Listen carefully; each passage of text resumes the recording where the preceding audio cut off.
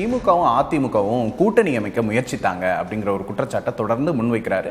இன்னொன்னு சொல்றாரு, நீங்க வேணா பாருங்க, எழுதி கொடுக்குறேன், திமுகவும் அதிமுகவும் இணைஞ்சே தேர்தலை சந்திப்பாங்க அப்படின்னு சொல்றாரு. இதை எப்படி பாக்குறீங்க? ஒரு 50 ஆண்டு காலமாக எதிர் அரசியலில் அவங்க 2 பேரும் இருந்திருக்காங்க, திமுகவும் அதிமுகவும். இத்தகைய சூழ்நிலையை திடீரென்று இந்த தேர்தலில் ஒரு சந்தர்ப்பவாத நிலை எடுத்து இருவரும் சேர்ந்து ஆட்சி அமைப்பது என்பதை தமிழ்நாட்டு மக்கள் ஏற்க மாட்டார்கள். ஆகவே அந்த யோசனைக்கு நாங்கள் ஆதரவளிக்க முடியாது என்பதை நாங்கள் நேரடியாக தெரிவிச்சிருக்கிறோம்.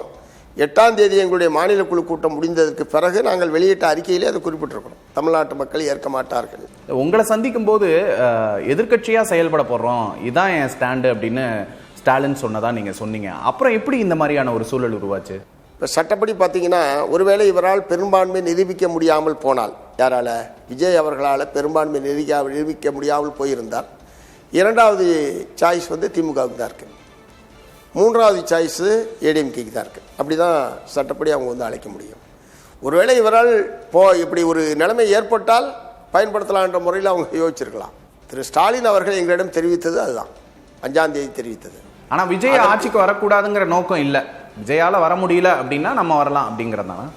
இல்லை, திரு ஸ்டாலின் அவர்களுடைய கருத்து தான் ஒட்டுமொத்த திமுக தலைவர்கள் அனைவருடைய கருத்து என்ற முறையில் நம்ம எடுத்துக்க முடியாது. என்ன சொல்றீங்க? அவர் தான் தலைவர்.